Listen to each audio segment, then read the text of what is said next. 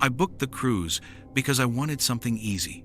A week at sea, with no emails or calls, just endless blue water and the illusion of safety that comes with being surrounded by hundreds of other people.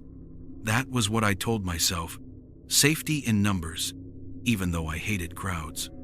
The first days were uneventful. I wandered the decks and sat in the bars, pretended to be interested in shows I didn't care about. I avoided the swimming pool, though. The water unsettled me, reminding me that beneath this ship was an abyss.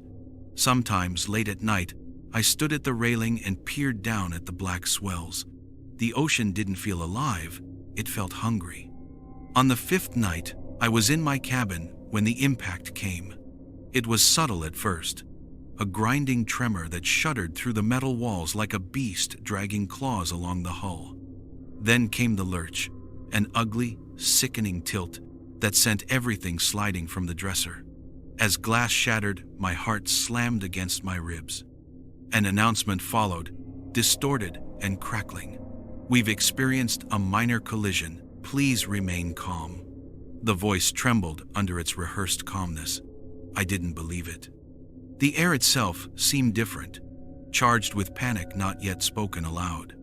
I left my cabin and joined the surge of passengers in the corridors. Faces pale, voices raised, children crying.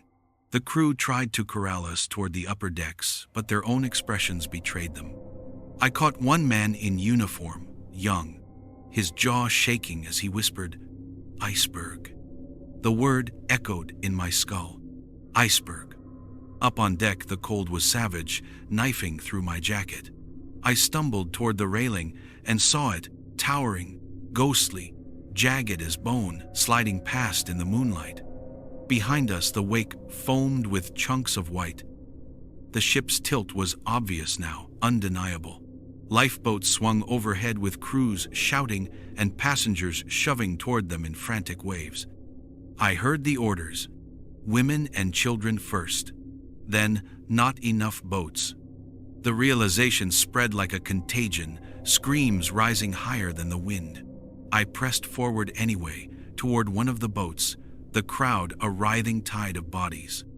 Elbows dug into my ribs, and someone's hand clawed my collar. People lost all civility in an instant. They became animals. I saw a man knock down an old woman, a child ripped from his mother's arms. Security tried to push people back, but they were swallowed in the chaos. When I finally reached the edge, the boats were already lowering. I shouted, pleaded, and begged, but a crewman shoved me aside. "Full," he barked. My stomach plummeted as the ropes groaned and the boat descended into the black churn below. I staggered to the next station, then the next. Every time, full, full, full. I pushed through the frantic passengers, only to see the last wooden ark swing away, carrying strangers' lives into the night. I was left staring at the empty davits, hands trembling against frozen steel. There was no room left for me. The ship groaned, a metallic wail deep within its bones. The deck tilted sharper, sending people tumbling. My shoes were soaked. My teeth chattered uncontrollably as I clung to a railing, breath pluming in the dark, watching as the last lifeboats disappeared into the distance, their tiny lanterns bobbing like fireflies. My throat tightened as the vastness of the ocean pressed against me from all sides. I was abandoned. I thought of my family, of all the stupid little things I'd worried about yesterday that no longer mattered. There was only this moment, this ship dying beneath my feet. The tilt worsened. Screams rose into shrieks. People slid across the deck into the freezing black sea. The sound they made when they hit the water was muffled, final. I knew then what awaited me. When the ocean reached my knees, the cold was so violent it felt like burning. I gasped and nearly fell, and my legs stiffened instantly, my body shaking so hard I couldn't keep control. Every instinct screamed to climb higher, but the deck was a slanting wall now, slick with ice and seawater. I crawled. My hands tore against the wood. Around me, voices begged, prayed, and cursed. Then they were cut off as the water surged. The ship tilted in a sickening plunge, and I lost my grip. I was in the ocean before I could even scream. The cold punched every breath from my lungs. My heart spasmed like it wanted to stop. I kicked and flailed, but my limbs felt foreign, too heavy, too slow. Salt water filled my mouth, stinging my throat. I surfaced for a second, long enough to hear the chaos above. People thrashing and crying. The thunder of the ship's metal tearing itself apart. Then I went under again into a whirlpool of debris and bodies. Something struck my leg. I kicked feebly, but there was no strength left. The cold was too deep, too absolute. My lungs begged to breathe. My vision stuttered, dimming around the edges. The dark swallowed me, and then nothing. The ship looked harmless enough. Gleaming white decks and polished brass. Cheerful passengers clinking glasses, but the unease settled in my chest the instant I stepped onto the gangway. I tried to laugh it off and told myself I was imagining things. But fear has a way of burrowing in, and mine didn't just stay in my chest. It followed me. The first night, I stayed in my cabin, staring at the ceiling, trying to sleep. I shouldn't have, because that was when I first heard it. The slow scrape of shoes on metal from the corridor outside. Long, deliberate, patient. I froze, holding my breath. The sound stopped, and I waited. Nothing. By the second day, I felt watched constantly. At dinner, a shadow lingered just behind me, leaning against the doorway, motionless. Whenever I turned, there wasn't anything there. Only the passengers smiling, oblivious. But the shadow, it didn't move like anyone else. It stalked me, slipping around corners, always keeping pace. I tried to leave it alone, tried to pretend I was imagining it, but by night 3, the terror had teeth. I returned to my cabin and found the lock had been tampered with. Not enough to break in, but just enough to warn me that I wasn't safe. My stomach twisted, bile rising, and I realized I wasn't being watched anymore. I was being hunted. The stalking became physical. I heard it in the halls. A deliberate pause outside my cabin. A cough that didn't belong. The scrape of something being dragged along the floor. I didn't know if he had a knife. I didn't know how far he'd go. I just knew he was waiting for the perfect moment to close in. I tried to escape. I ran through stairwells, up and down decks, hoping to find a crew member, anyone. Every corner I turned, I glimpsed him, always just out of reach, leaning from shadows, silent, patient. He wasn't hurrying. He didn't need to. Fear makes its own trap. The fourth night, I decided to hide in the utility closets. I crouched in darkness, hearing the sound of his boots against the metal floor above, slow and deliberate. And then I realized I could hear the faint scrape of a blade against the wall, just metal, sharpening itself, waiting for me. By night 5, I was beyond rational thought. I barricaded the cabin with chairs, dressers, anything I could wedge under the door. I sat against the wall listening. And then I felt the door shudder and a hand slid under the edge. I scrambled back, nearly falling. He was here. He was inside the room. I ran blindly through the cabin door and down the corridor, my shoes squeaking against the deck, heart pounding so violently I thought it might break my ribs. I stumbled into the crew's storage room, gasping, clawing at doors, frantically looking for a lock, a knife, anything. But there was nothing, just crates and shadows. As I stumbled back into the corridor, I heard him behind me, a breath, slow, deliberate, wet with anticipation.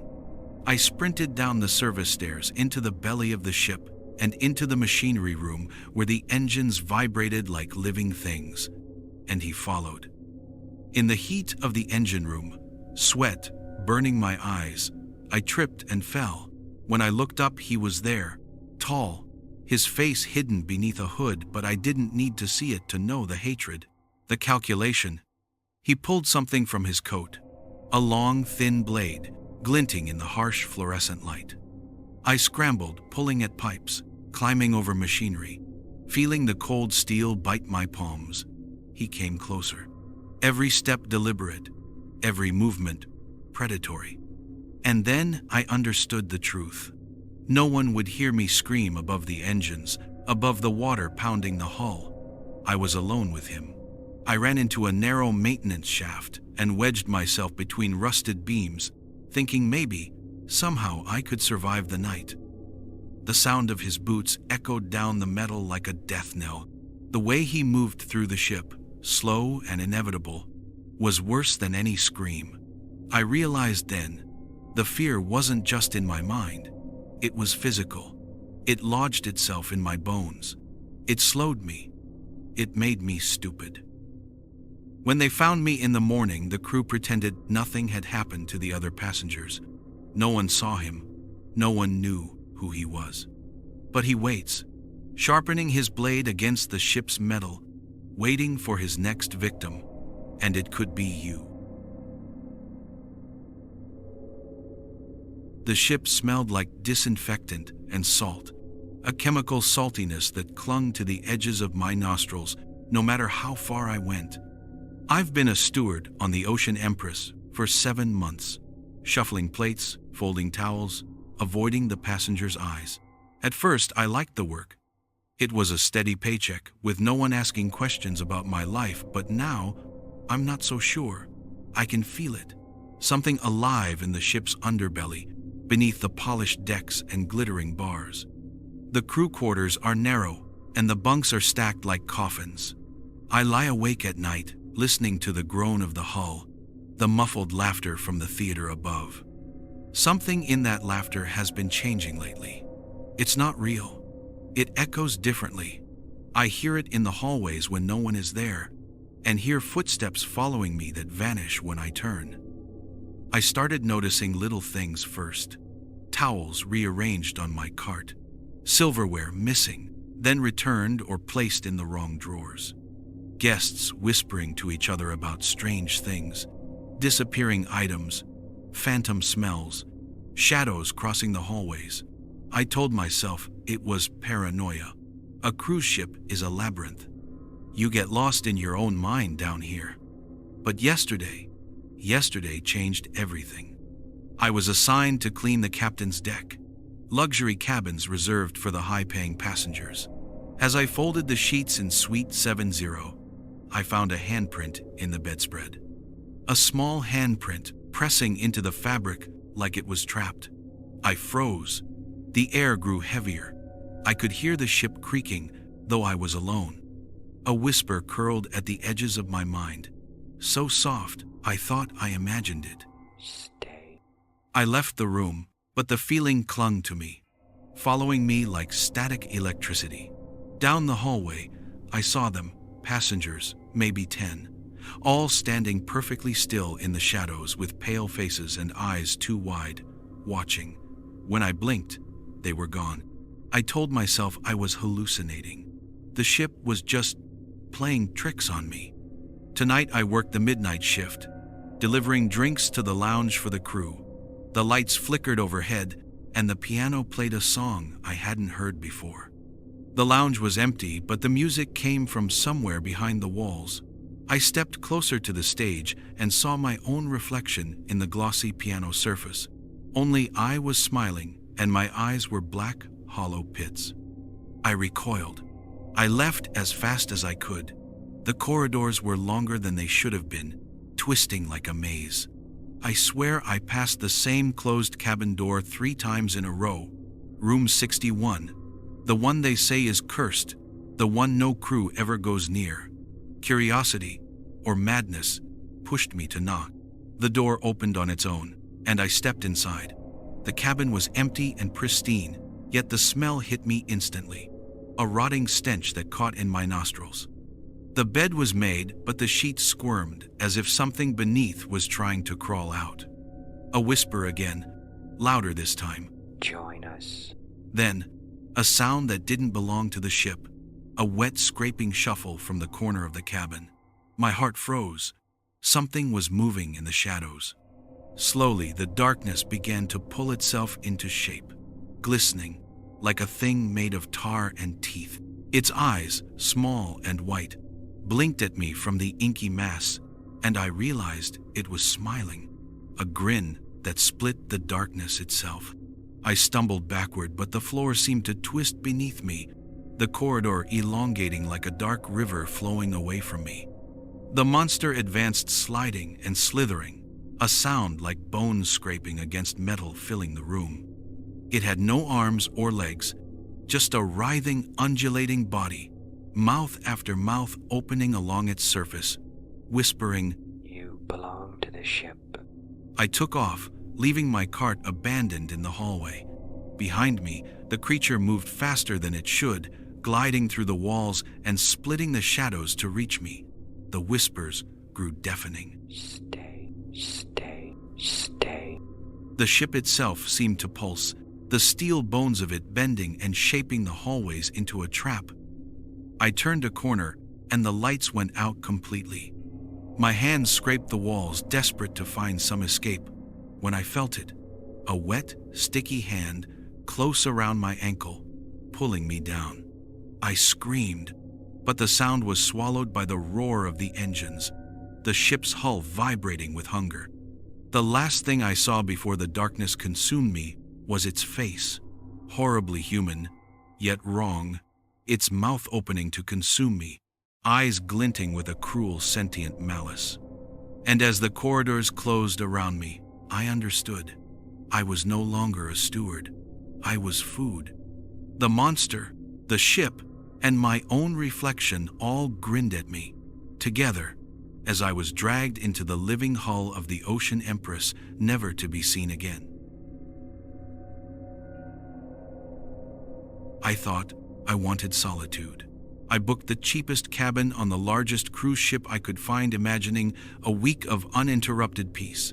No one to answer to, no obligations. Just the endless sea and the gentle hum of the engines. That was the plan. The first day passed strangely. I expected laughter, music, and chatter, but as I walked the decks and called into dining halls, I didn't see anyone. Plates of food sat untouched on tables, steam rising as though someone had just left. I assumed the crew were busy elsewhere, but by nightfall, the silence felt deliberate. The second day, I realized I hadn't seen a single person since boarding. Not crew, not passengers, not even shadows. The hallways stretched endlessly, identical in pattern and lighting, and every door I opened led to another corridor, then another. The stairwells led to floors that shouldn't exist. Emergency exits opened only to more hallways. The ship no longer obeyed the rules I thought it had. I tried to map it, but the lines twisted and overlapped, turning into loops I could not follow. By the third day, I stopped expecting doors to lead anywhere familiar. Carpets seemed to ripple underfoot. Walls stretched higher, then lower, then disappeared entirely into dim light. Mirrors no longer reflected my cabin or corridor. They reflected impossible spaces. I ate sparingly, barely touched the food.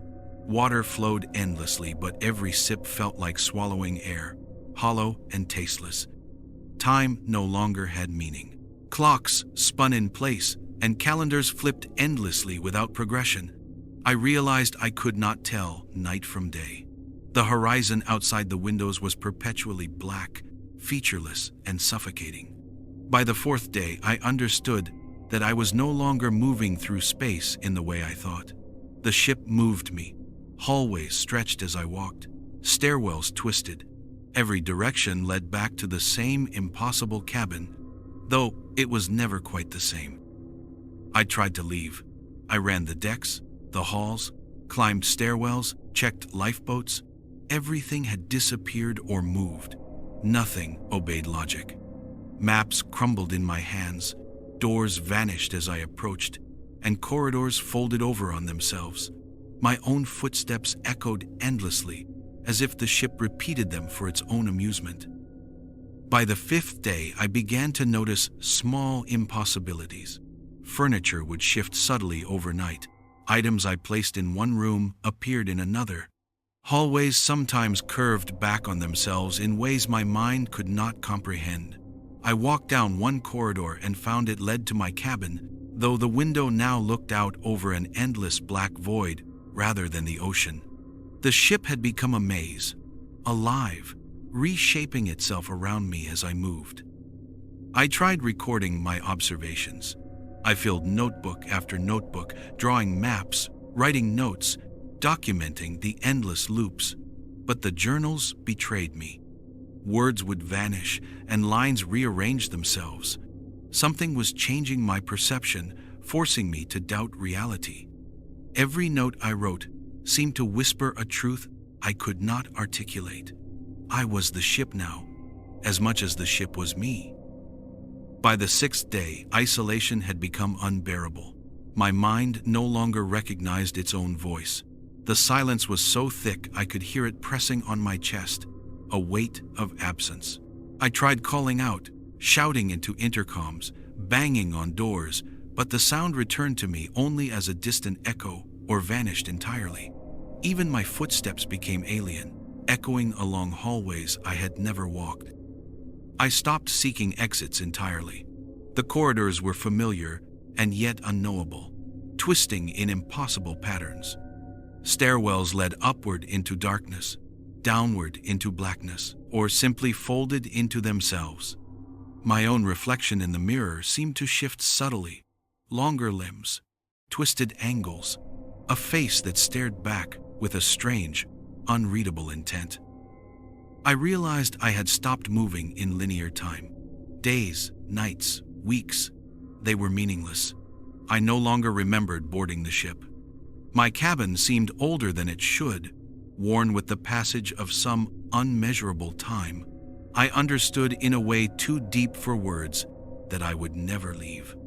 Not because the ship was locked or the ocean was vast, but because the ship itself had absorbed me.